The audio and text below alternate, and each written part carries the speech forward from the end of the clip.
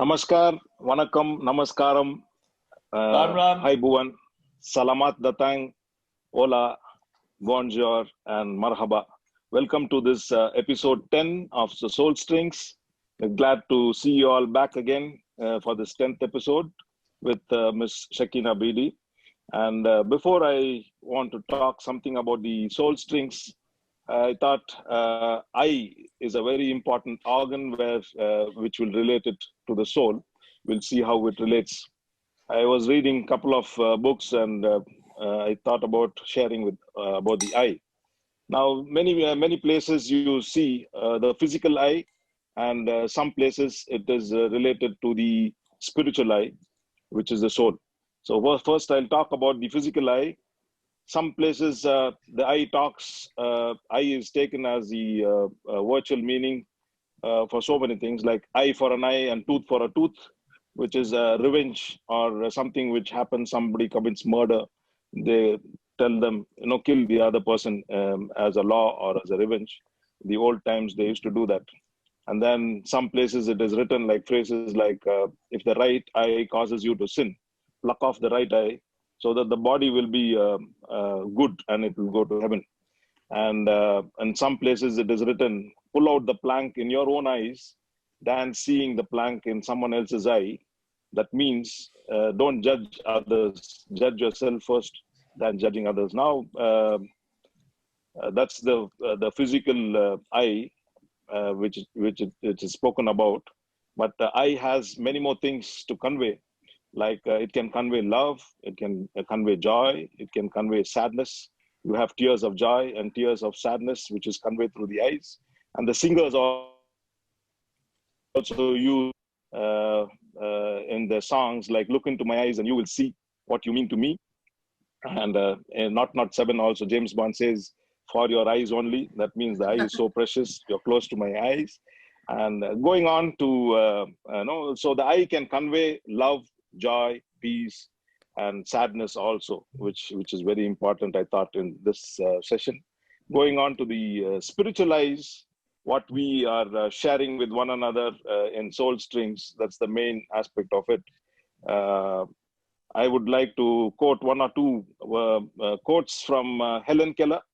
The first word she uttered was water, because she felt it.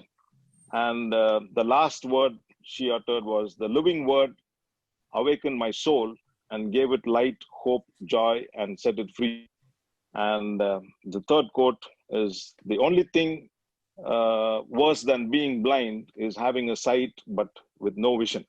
So the vision is very important, which we have two wonderful people today in our platform who will share about their vision, what they have done to give the vision to the blind people or the visually impaired all around the world. And also, the best and most beautiful things in the world cannot be seen or even touched.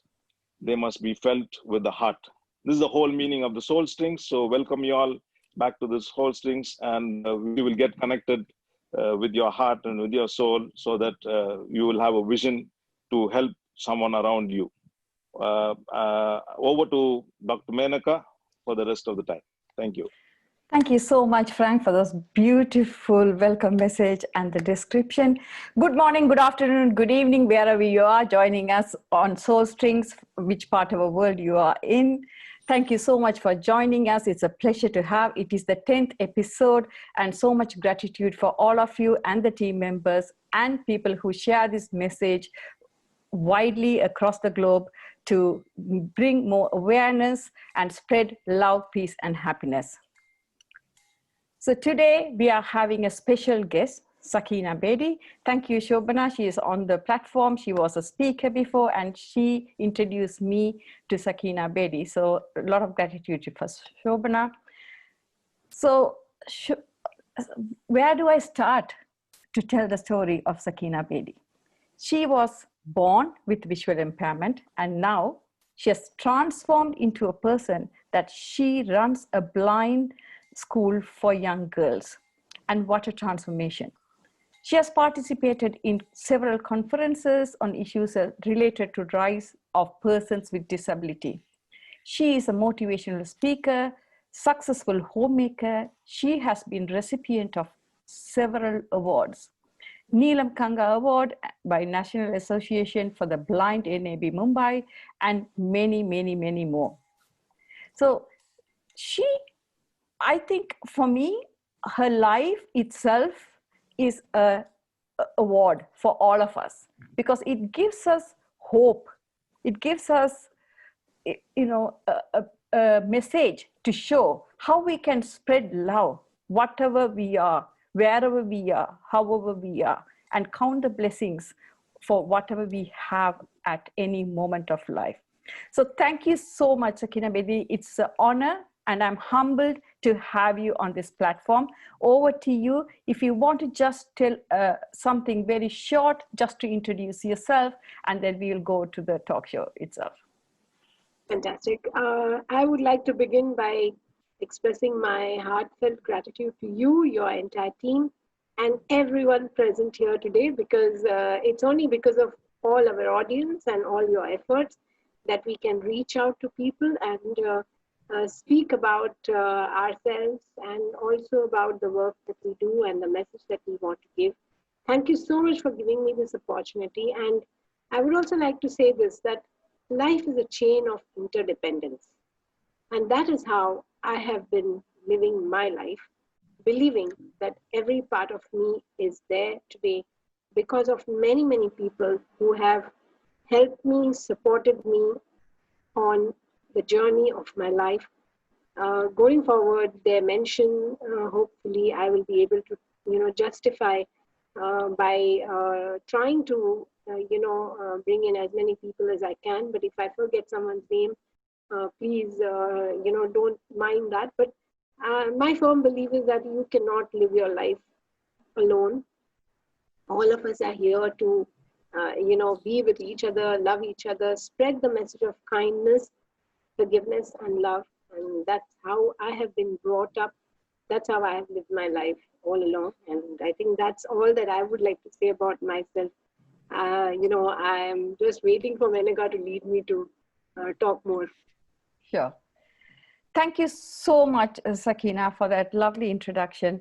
And I would like to start with a question about your early life, because as children, as babies, as toddlers, we are usually very protected. And at least I, for one, didn't know much happening in the world at all when I was a young kid. So early on in life, when you understood and knew about the visual impairment, how is it you went through that journey to have that acceptance, and how your parents or family helped you gain that acceptance? Very interesting question, actually. So, okay. Now, the day I was born was a day of both joy and sorrow for my parents. Joy because they had two sons before me, and they were actually waiting for a daughter. And sorrow because when they saw the condition with which I was born, the impairment with which I was born, they were shocked, because those were not the days where there was so much of an awareness about the fact that a visually impaired person can be productive, can lead a successful life, can become independent. And, to give you a background of my family, I am born in a very traditional Orthodox Muslim family. My father was just about 11th pass. In those days, the matriculation used to be 11. And he used to run a small shop of Kolhapuri slippers, which is still there, which my family still manages. That is the business background which he came from. So he had a very limited knowledge about the fact that such children can also be brought up well in life. But what he had was a vision. So when I was born, my mother took to sobbing, crying. Everyone else, my grandmom and everybody else, was very upset that she's a girl and she's born like this. Now, how do we get her married, etc. Everything happened, all those discussions. Because in my community, the only thing that is important is for a girl to get married and settle down and just, manage her home.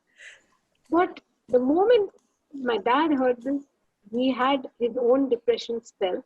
After which he went to my mother and he said, look, the reason this child has come to us is because the Lord believed in us. He believed that we would be able to take care of such a child. And that's the reason he has sent her here. And let us work towards enlightening her in such a way that her inner eyes gain strength and that she goes from one place to another completely directed by our positiveness. No one is going to cry now. No one is going to tell her that she is impaired. So, the question that you asked me about the impairment, I was never made to believe that there is something wrong with me. The only thing is that with my family, that was the case. But in the society all around you, like, you do come across people who tell you at times that, oh God, if this was not, the case. So it's not an easy task for a woman who's born with a gender, which itself, in itself is challenging. And then if you are having some other challenge, life becomes more difficult. I mean, we are doubly challenged, I would say. But then I was made to believe that abilities are recognized and disabilities are noticed. So the choice is yours, whether you want to aim for recognition or you just want to be noticed. And that's how my childhood started.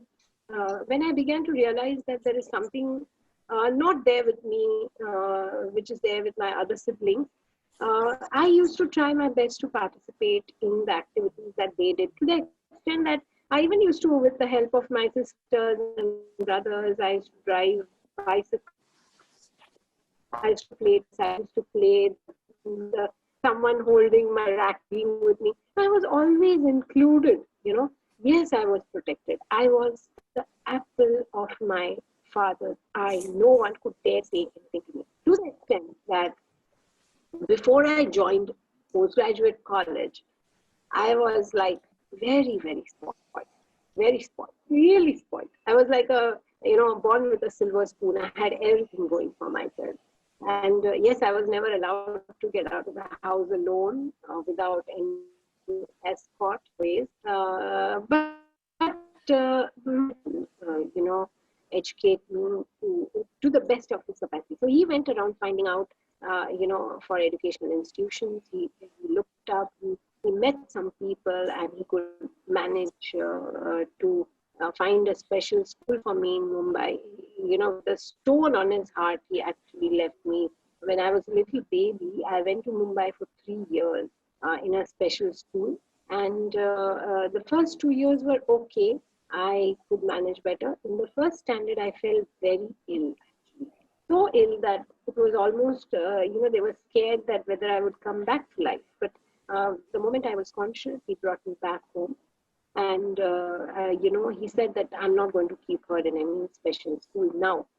But then not far away from me. So, but then as luck would have it for me, there was another special school which came up in Pune, because in those days there was no school in Pune when I went to Bombay. And I went to that school till the 4th standard. And I worked my way, and I used to be a very bright child, so they say. I don't know. And then my dad decided that enough of special education. She has learned the basic skills of braille reading and writing. So now we will put her in an integrated school, in an inclusive school. So he went around institution to institution, pleading with the principals for admission, because remember, those were 1970s, and as I said, there was no awareness about the fact that visually impaired can also study. So there were these principals who even asked him questions like, oh God, how can she read and write? She won't know anything. We cannot take a child like that in our class. So he was really in a quandary as to what to do for my 5th standard. He also went to a couple of English medium institutions. By the way, I'm a vernacular medium student. And they said that, well, she will not be able to speak in English. How can she study in English now that she has studied in Marathi for so many years? So of course, my father had no choice but to put me in a Marathi medium school, which gave me admission after, they signed a bond paper of 1,000 rupees. The principal said that if anything happens to this girl in the school premises, if she falls down, if some children, play mischief with her, you're not going to hold the school responsible. And in 1975, 1,000 rupees was quite an amount, but he managed it somehow.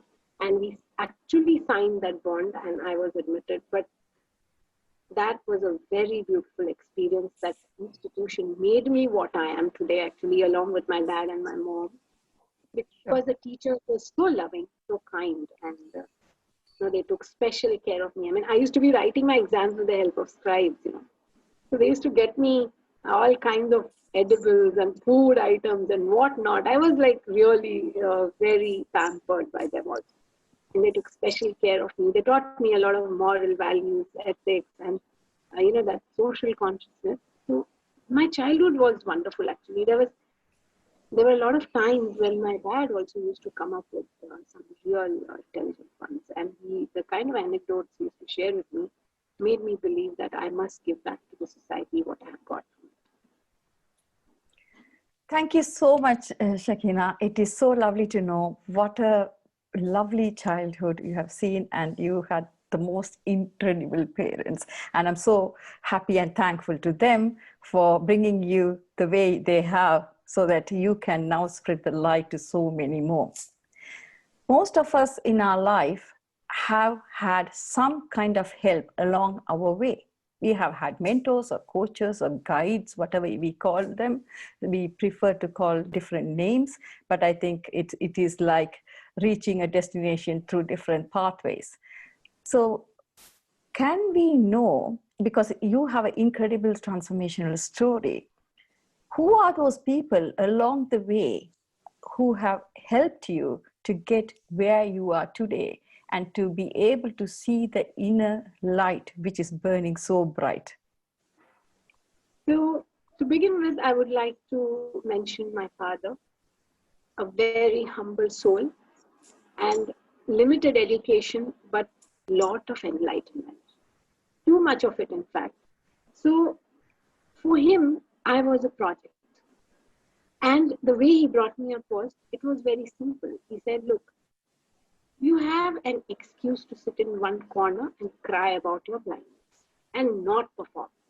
But I'm not going to allow you to have any excuses in life. And mind you, he was not aggressive. He didn't say it in any aggressive manner. The way he used to explain to me was so wonderful. And he just used to say that I want to see you one day in a place where you are not dependent on anyone for anything. Because I had two brothers, and he said that your brothers are yours, but your sister-in-laws may or may not be. So please keep this in mind, and you got to lead an absolutely independent life, a life where they will be proud of you. Of course, my sister-in-law is a wonderful person. I have only one sister-in-law, but she's a very nice person too. She has really, really taken a lot of care of me when she got married and came. But that was sheer luck. But he used to always say that you will not be dependent on anyone. And for him, as I told you, I was a project. So his one track focus after coming back from his shop was to see to it that I completed my homework on time. I took my notes in Braille on time, to get me the Braille books, to get me the equipments which were required for my studies, all the special aids, appliances that he could afford. He managed, and he has made me what I am today. I have a lot of friends who have supported me all along my life.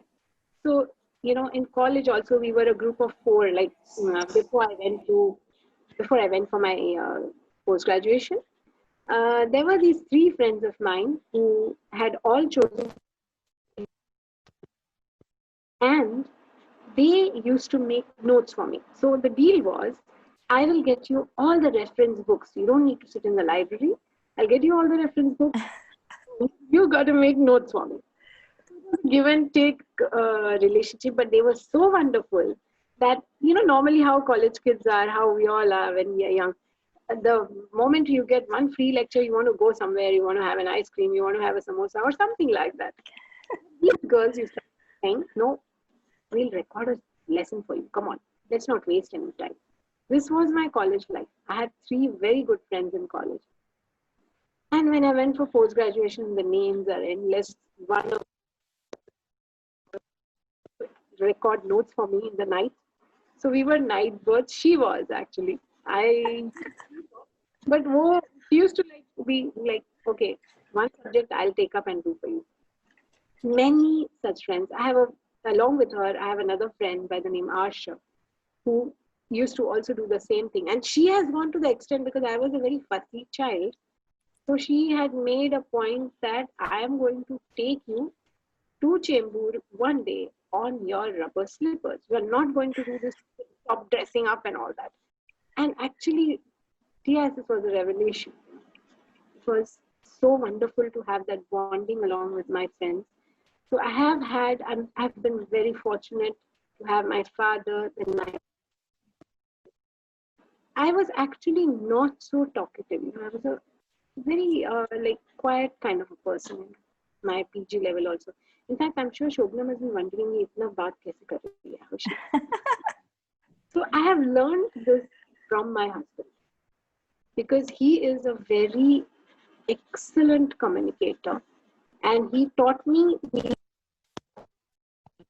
how to appreciate, how to listen also, and how to put across your point also. So my dad, my husband, and my friends have been my major pillars of support. And with respect to my home and taking care of my daughter, I must not forget, I must mention my mother-in-law, because she has played a very child up along with me. So it was very simple. Her nutrition, her food was mummy's responsibility, was my responsibility and my husband's responsibility post marriage. So I have been a very lucky person actually. Thank you so much, Sakina. It was a pleasure to listen your journey, and I know Shobna, and your friendship goes a long way, and it resonates so much with me, because even in this platform today, some of my friends who have studied with me 30 years back are on this platform, and it's beautiful. And their friends and your parents and your family are the pillars of strength for you when you particularly have to go through certain situations and transform from where you are to where you want to go.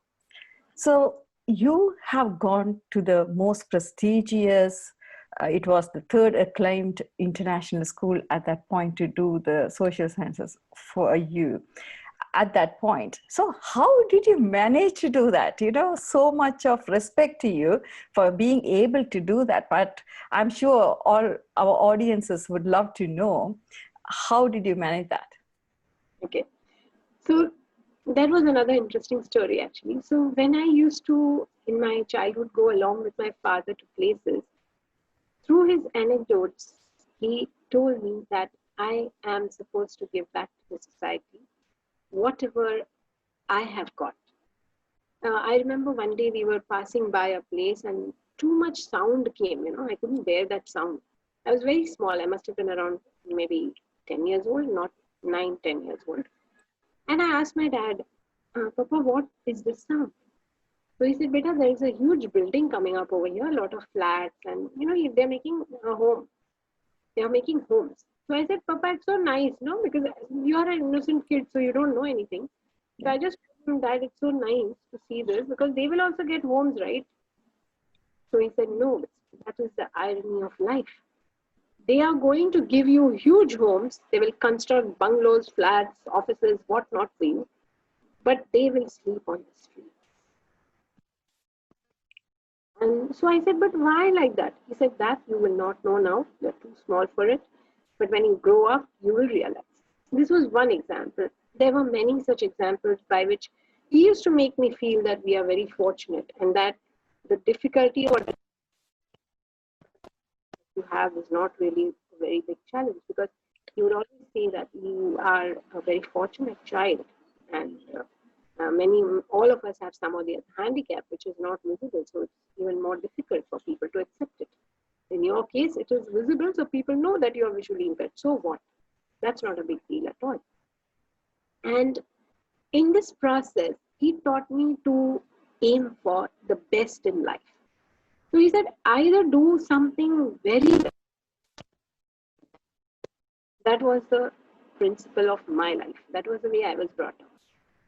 And when I realized that I wanted to get into social work, I knew that I wanted to do something different. I knew that I wanted to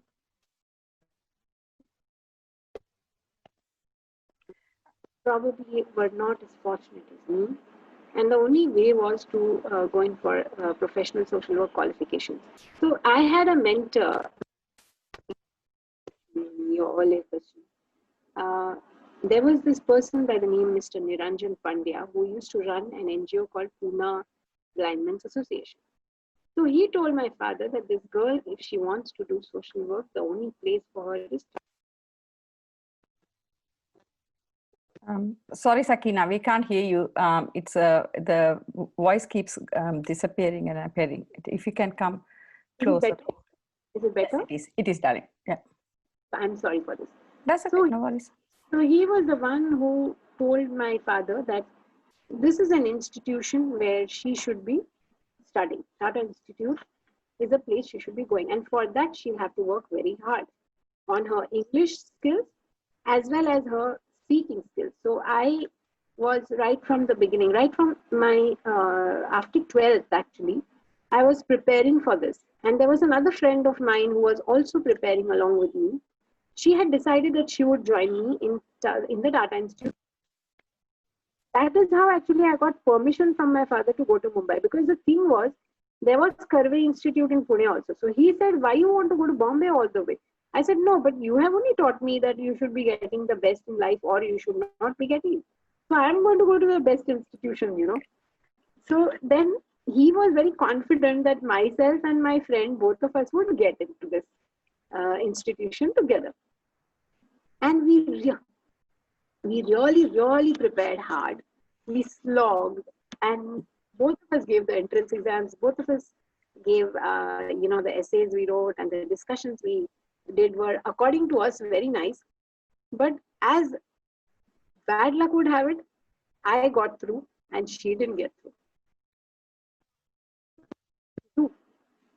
I got through after a very, challenging time. I had a very rigorous interview also, because I was not so mobile, when I went to TISS. So the professors could observe this, that she is escorted all the time. She walks with people very big. How are you going to manage, So I had befitting answers to all those questions. I said, no, I'm such a person that I will make so many friends that I will never have to walk alone. But they said, that's not the objective. You got to become independent in this institution. So I said, okay, I will learn the campus map also. Not to worry. I'll find my own way. So, there was very rigorous interview. And then they gave me a hint that, okay, start learning the campus, which meant that. But sorry, Sakina, you probably have to repeat that bit. We missed it. Okay, so I was basically, as I said, I got through, and this girl who was going to accompany me, and because of whom I had got this permission to go to Mumbai, did not get through. And there was a big discussion outside in the corridor after the list with me and my father, saying, Dad was saying that no, there is an institution of social work in Pune. Now you have grown up. I can't leave you here alone like this. There's no way. I said, no, I'm not going to go back with you. There's no way. And we were kind of arguing, So very patiently, there was this one lady who was listening to our conversation. Her name is Sukanya Sathe Patwardhan. She is actually, she works with the WNS and a couple of other organizations. She was a consultant with IBM also. She just came. She looked at my father and she said, Uncle, do you trust me? My dad said, but who are you? My name is this. I have done my MPhil and I'm senior to all these children and I can take care of your child. And I'm taking that responsibility for 1 month. If she can't manage, I will send her back. I live in Pune. I'll make sure that she comes back. I'll bring her back. That is how, again, basically helped me to stay back in TRSS because of her. I don't know what was there with her. My father said, okay, no problem. Aap isko le jao. You stay with her and, make sure that you stay in the same room.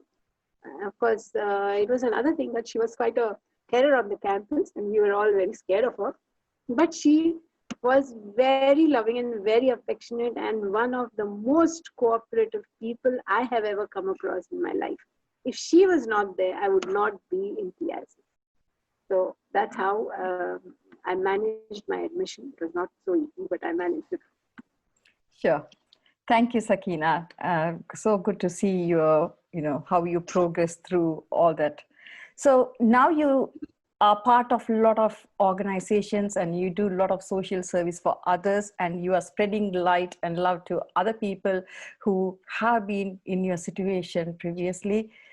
Can you please enlighten us? How have you decided and how did you start this process and how far you have come in this journey? Actually, so after I finished my post-graduation in Tata Institute, I was a changed person. As I told you, the Tata Institute experiences, the field work that I did, the kind of organizations I worked with as an man made me feel like,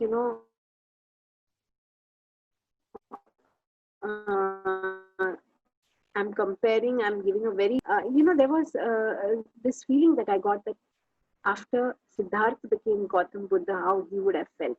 Because I was in a palace, I was completely protected, much loved, and I actually realized a lot of things. I saw a lot of pain, I saw a lot of sorrow.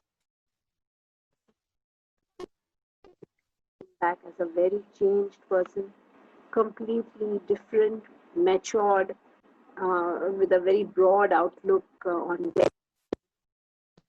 Sure.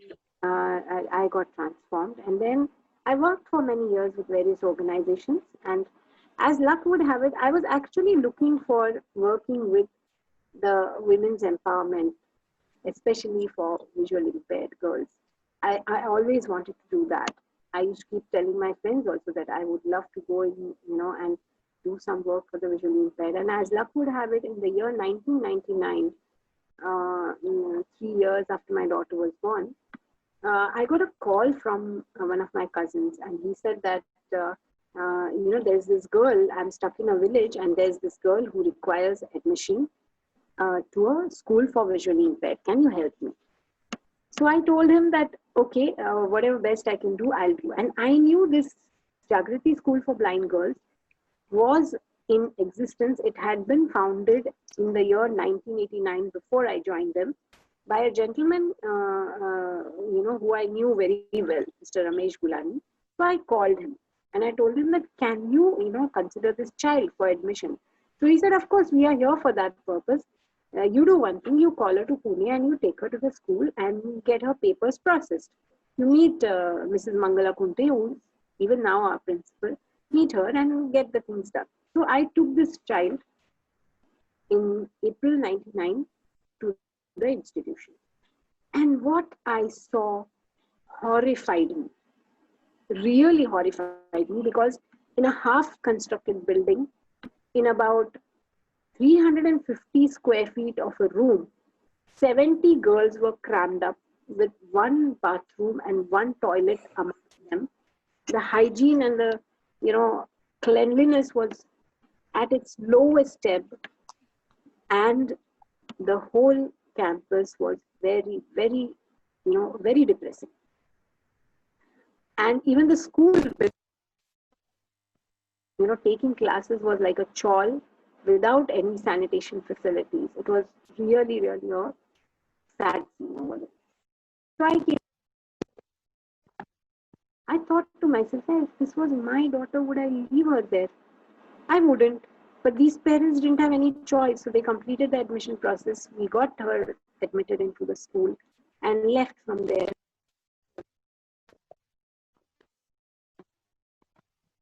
Sakina, we can't hear you. So as I said, I came back with a very heavy heart. Sure. Yeah. I called up Mr. Gulani and I gave him a 15 minutes lecture on how terrible I felt after going to the school. And he, in the 16th minute, said only one sentence: Sakina, if you have felt so bad about the plight of these children, the kind of communication skills you have, we don't have. Nobody will support us if we go to big corporates. Nobody will entertain us, but you will get the whole thing rolling the moment you join us. Why don't you join us if you have felt so bad about the plight of these kids? And I was jumping with joy because I was looking for an opportunity like this. So I immediately told him yes without even consulting my husband. And then afterwards, I told my husband that, okay, I'm going to join the school and I'm going to work with them. And I started work in July 1999. So my role in the school is that of spokesperson and a person who plans and implements innovative projects for these children. So the first thing was to complete the hostel building where the girls are staying today. I have 110 kids in my school, boarding and education, and everything is free of cost. So in those days, my first task was to complete the hostel building, which we did. We finished the construction in inaugurated the building on 29th March 2000. I ran helter-skelter to get money for the hostel building. I used to take those photographs and go to the large corporate homes, show them the state of the building where the girls were staying, and that's how I mobilized some support, and that's how I got associated with the school. And Yeah. my motivation has been to because when I was studying, I had a very difficult time because technology was not really on our side in those days. So we used to have these simple tape recorders. I used to record my books on cassettes, and they would give way, and there were a lot of issues. And Braille was the only medium, and it was very cumbersome. But today, where smartphones, Alexa, and whatnot, there is so much, and the kids are really doing an excellent job of them in their life. Thank you so much, Sakina. It was lovely to see you. On a personal note, we all know to meet the right partner and to live happily ever after, though it is the dream of everyone, it is one of the most difficult journeys many people go through. So can you enlighten us, being who you were, and I know I can see the passion in social services as well. How did you meet your husband? And I know that you're a very loving couple. I just would love to know the story, and I'm sure everybody else would as well. Okay, so actually, what happened was after I came back in 1991 from Tata Institute, my husband used to those days work as a freelance journalist with various papers, used to write. He came to know about me from one of our common friends and one of our gurus. And actually, he was in those days given an assignment to do articles on well-educated, successful visual done something with their life. Though I had just started my professional career in 91, but he came to interview me at my house. And that's how we met for the first time. A Muslim, he's a Sindhi. And we actually then, it so happened that through, because we were a matured duo, we were not really 17 and 18. Both of us were like 25, 26 by the time we met each other, and knew. We have lost you, Sakina. Can you please tell that sentence again? Sorry, we have lost you. So actually, what I was saying is that so he came to interview me at home. And then it so happened that in 1991, the organization with which I was working, Pune Blind Men's Association, was they needed some PR. They needed some articles to be written about their projects and stuff. So I went, with him for all those visits. When he came for project visits, I kept showing him all the projects, and then our friendship kind of kept growing, and one fine day he just good friends, but I feel that 8 9 months down the line he just asked me that it will be a good idea to live life to hands into fire because I'm a Muslim girl and you are not, you are a Hindu. This is going to be very difficult. So be prepared for all the backlash proposed to me. He said, no, no, nothing will happen. Don't worry. We'll manage that. And right honestly, then we secret to anyone. My father was very enlightened anyway. So see, acceptance didn't come very easily. I had to, resort to getting married, my home without telling my parents and things like that because they were not, my mother was not agreeing. Actually, dad would have, but my mom wasn't agreeing. Was religion and his family members, the issue was not religion. They were saying that since both of you are impaired, how will you manage? So my husband is also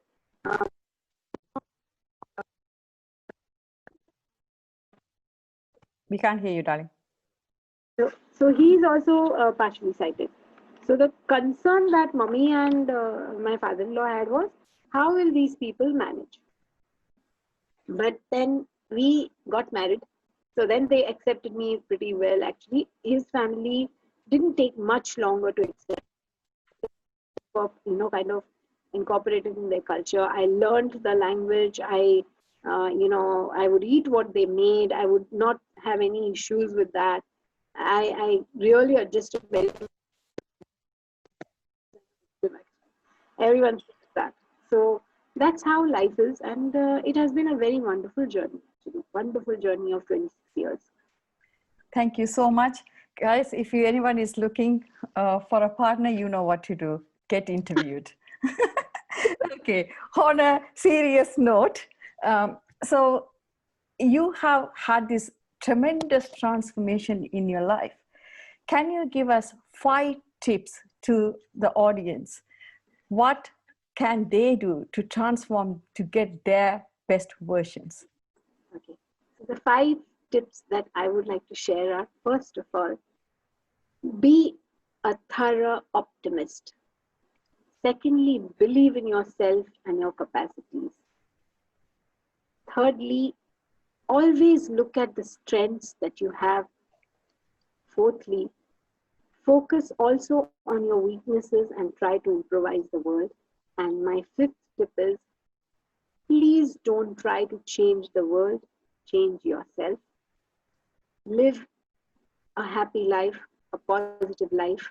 Believe in the power of your own aura, your own energy, and make your life best and love yourself, as much as you love anyone else, or probably more, because it's only if you love yourself and only if you are happy can you spread happiness and positivity around you. Thank you so much. You beautifully put it. Helen Keller, following Frank, has said, keep your face to the sunshine and you cannot see the shadows. And I think that sums up really beautifully what you just said to us. So just before I go on and ask other people to ask the questions and go through the motion, before that, can I ask you, how has been your experience with Soul Strings, and can you give us any suggestions, any feedback, how we can take this forward to better serve everyone? So my experience with Soul Strings, I must say I have listened to 3 or 4 episodes so far, and it has been a wonderful journey actually, because there are so many things which you don't really think about, when in your normal process of life. And that's what basically I feel about this community, that you have, tried your best to spread the power of enlightenment and happiness amongst people. And also you've kind of tried to make people think about the issues that probably would not have even crossed their minds. And I think to going forward, I think on your platform, what I would suggest is that if you can call people from diverse fields, like you have been trying to do, Probably even I could, or some of us could give you some suggestions on some of the people who are the unsung heroes and people who are not really very well known, but yet have, done a lot for the community, or not only for the community, for themselves also, and also, with various issues. I'm sure, we go very far and wide. Sure. Thank you so much, Sakina, and thank you. I'm sure it is enlightening to all of us. On that note, we have another amazing individual who has been doing a lot of social work in the south of India, and he speaks Tamil. And he speaks Tamil and a bit of Gujarati, as I assume. I don't know Gujarati, so it has to be Tamil. And I will be translating it into English so that everybody else can understand. Or actually, Frank can also translate whichever way. I really don't mind. Can I invite Soren Lal to come on the video, please?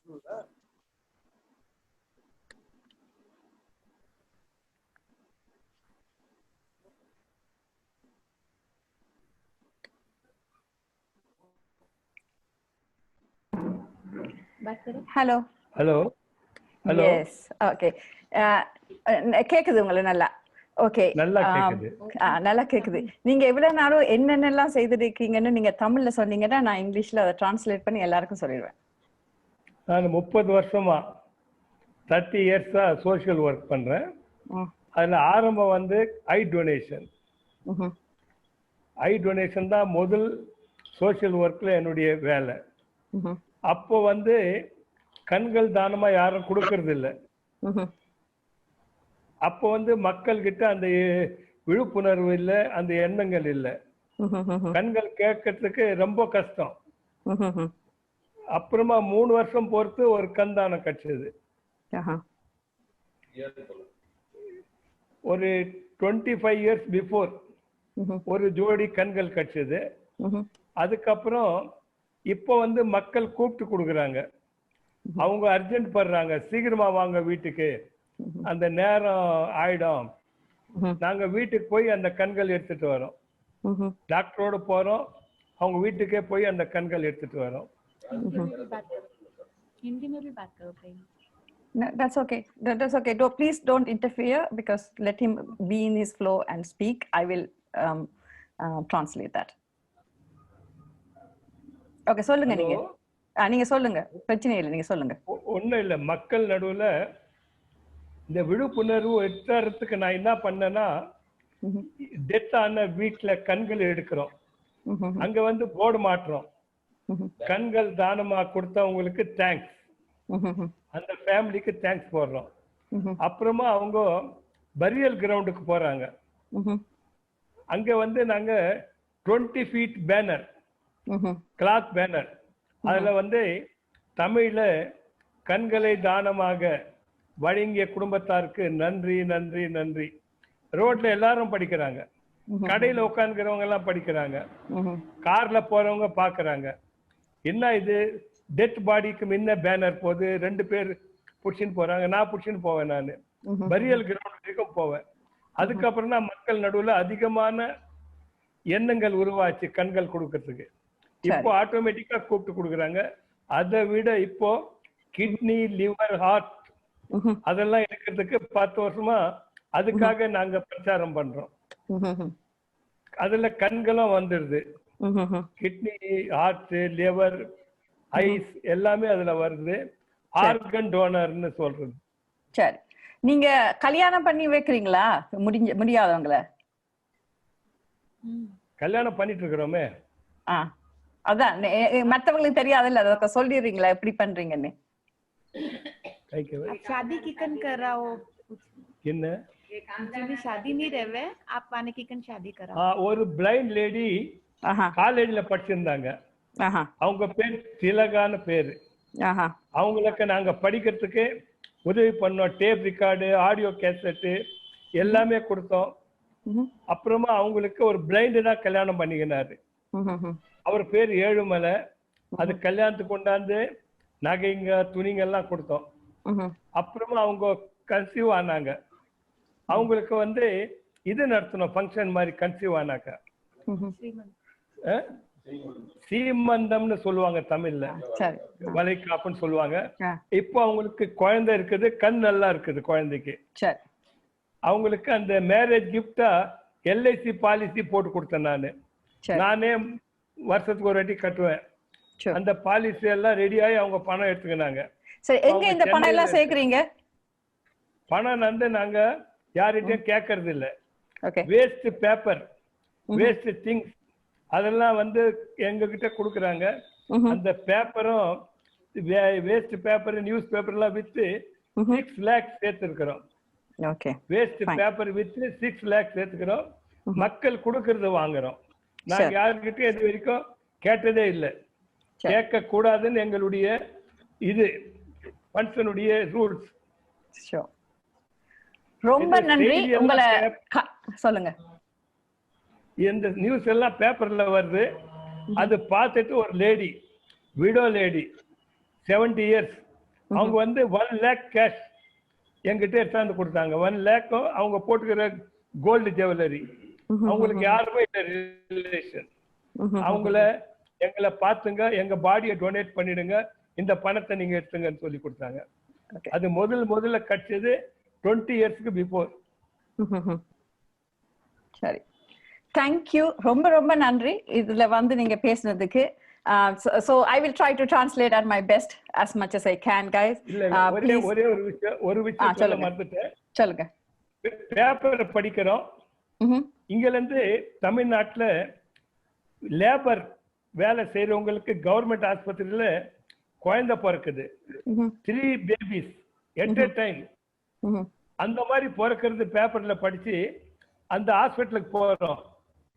அந்த 3 பேபியும் பாக்குறோம். பாலுக்காக காசு கொடுக்கறோம்.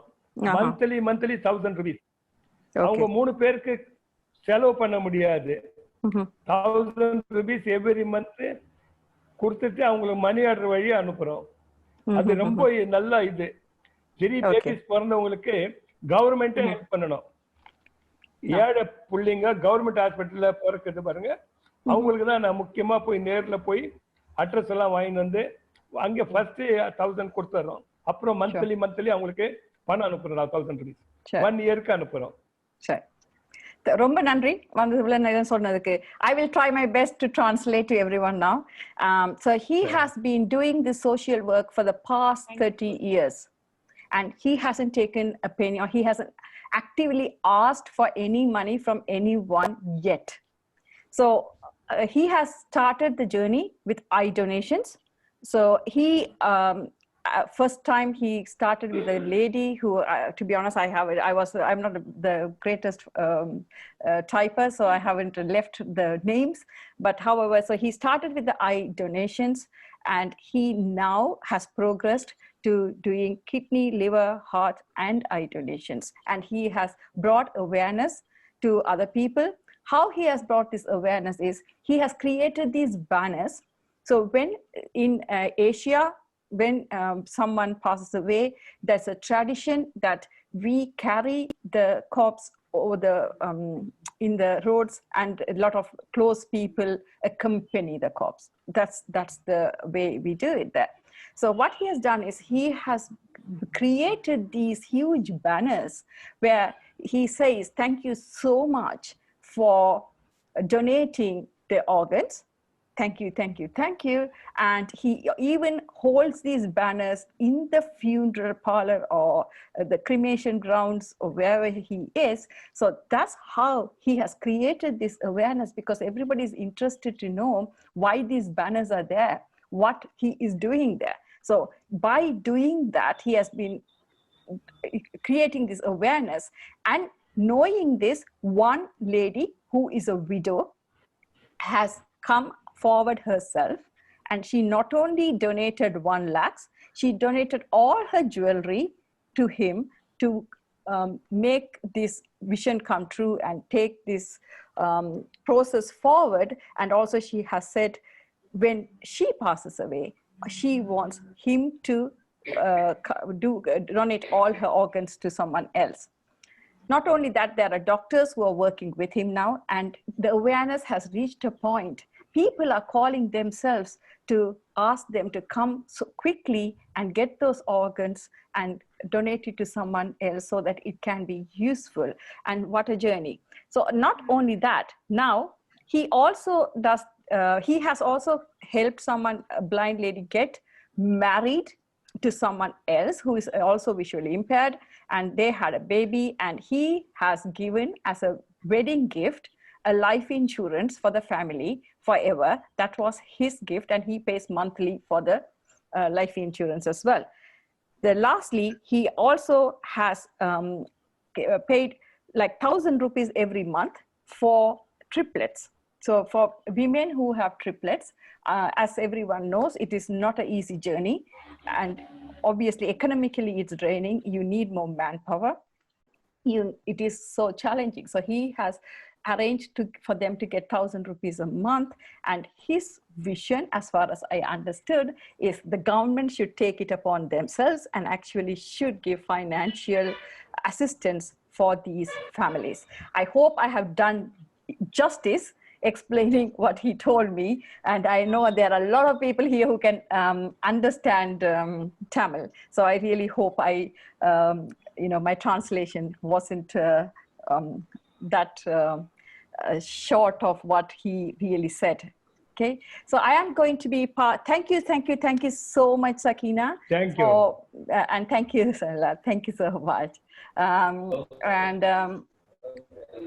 Thank you so much, Sakina, for being here. It's an honor, and I'm really humbled that you came. What a story you have. We really need more Sakina Bedis all over the world to create this change, I'm sure. Before I pass it on to, you're welcome, darling. Before I pass it on to Kirubai for a vote of thanks, I would like to introduce our next